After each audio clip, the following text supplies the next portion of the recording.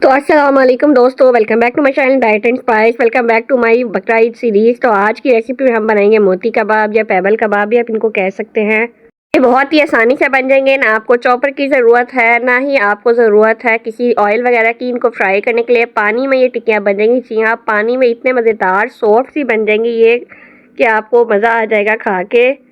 बहुत ही आसान सा तरीका है, 10 से 15 मिनट में आपकी टिक्कियाँ रेडी हो जाएंगी। आप लोगों को बस कीमा चाहिए, बाकी घर के स्पाइसेस हैं। तो रेसिपी को स्टार्ट करते हैं। तो दोस्तों यहाँ पर हमारे पास है जी कीमा, जो कि है 700 ग्राम। इसमें हम नमक ऐड कर देंगे 1 टेबल स्पून के करीब। ये 1 kg कीमा पूरा नहीं है, उससे थोड़ा सा कम है। अगर आप लोगों के पास कीमा ज़्यादा है तो आप नमक ज़्यादा भी ऐड कर सकते हैं। कीमे को कोशिश करें कि आप 2 से 3 दफ़ा निकलवा लें मशीन से, नहीं तो आपको चॉपर यूज़ करना पड़ेगा। तो यहाँ पर 1 टेबल स्पून के करीब नमक मैंने इसमें डाल दिया और कीमे को आपने अच्छी तरह से मिक्स करना है, मसलना है। जितनी अच्छी तरह आप मिक्स करेंगे उतने ही आपके कबाब बहुत ही टेस्टी बनेंगे, यानी कि सॉफ्ट बनेंगे। तो ये वाली रेसिपी कोई गेस्ट आए तो आप लोगों ने लाजमी ट्राई करना है, और बहुत ही आसानी से बन जाएगी रेसिपी। आप लोग इसको बना के रख लें, जब गेस्ट आए तो आप इनको गर्म कर लें। तो मैं आपको बताती हूँ कि आप लोग किस तरह पानी में भी कबाबों को सॉफ्ट और मज़ेदार बना सकें, ना कोई कच्चापन आएगा। तो कीमे को आपने अच्छी तरह से मिक्स कर लेना है। ये वाली रेसिपी जब आप लोगों के घर बड़ी ईद पर दावत हो तो ये पहले दिन आप लोग लाजमी ट्राई कीजिएगा, आपके मेहमान बहुत ज़्यादा खुश होंगे।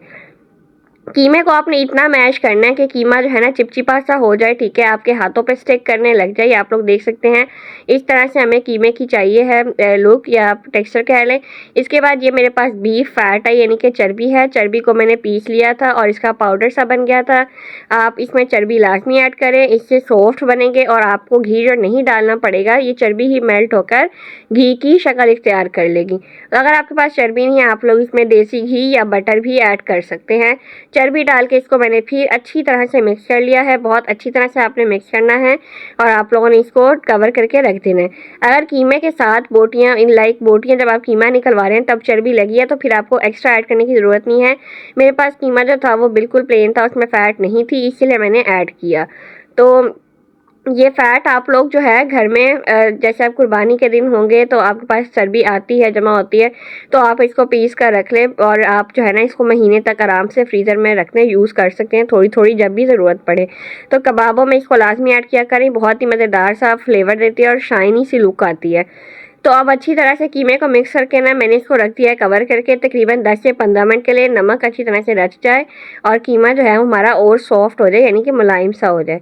तब तक हम लोग यहाँ पर चीज़ें रेडी कर लेते हैं। देखिए जी, सब्ज़ मिर्चियाँ मेरे पास, इनमें से हाफ़ हम ऐड करेंगे चॉप करके कीमे के अंदर, और हाफ़ हम जो है ना पीसेस करके ऐड करेंगे जब हम टिक्कियों को बनाएंगे, ठीक है, यानी कि जो हमारे मोती कबाब हैं या पेबल्स कबाब हैं। तो ये रेसिपी आप बना के देखिएगा, और एक ट्रे अगर आप गैस लगे रखेंगे तो बहुत ज़्यादा शौक से खाएंगे। तो 4 से 5 सब्ज़ मिर्चें जिनको मैंने अच्छी तरह चॉप कर लिया है। अगर आप लोग चॉपर में करना चाहते तो कर सकते हैं। मैंने ये रेसिपी उन लोगों के लिए बनाई है जिनके पास चॉपर नहीं है, तो मैंने कहा ये भी काम वो भी बड़ी ईद पर इंजॉय कर सकें।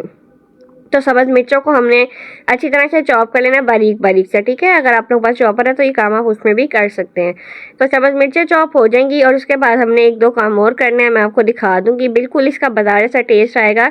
ये टिक्कियाँ आपको बाजार से भी मिलती हैं, पानी में पकी हुई, आप लोग देख सकते हैं, और आप लोग खाते भी होंगे, और ये टेस्ट आपको बिल्कुल वैसा ही मिलेगा।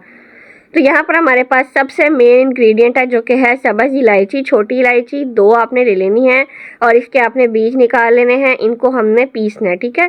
तो ये बहुत ही मज़ेदार सा फ्लेवर देती है और खुशबू देती हैं। तो ये आपने बाहर वाली टिक्कियाँ जब खाई होंगी ना तो आपको फील हुई होगी खुशबू।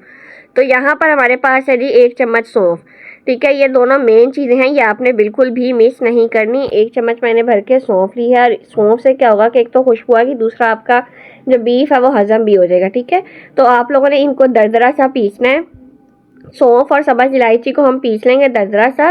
एंड इसके बाद अभी हमने इसके अंदर साबुत धनिया, अजवाइन और ज़ीरा भी इसी में ऐड कर देना है। दरदरा सा इसको कूट लेना है ताकि मुंह में ना आए, ठीक है। तो और क्या होता है कि पीसने से ना खुशबू भी ज़्यादा अच्छी आती है। 1 चम्मच भर के मैंने ले लिया जी साबुत धनिया, और यहाँ पर थोड़ी सी हमने ले लीजिए अजवाइन, आप लोग देख सकते हैं 1/4 चम्मच। इनको अच्छी तरह कूट लेंगे दरदरा सा, और फिर हम एंड पे ज़ीरा ऐड करेंगे। तो ये हमारे जो है ना स्पाइसेस रेडी हो जाएंगे, सारी चीज़ें जो है हमारी रेडी हो जाएंगी।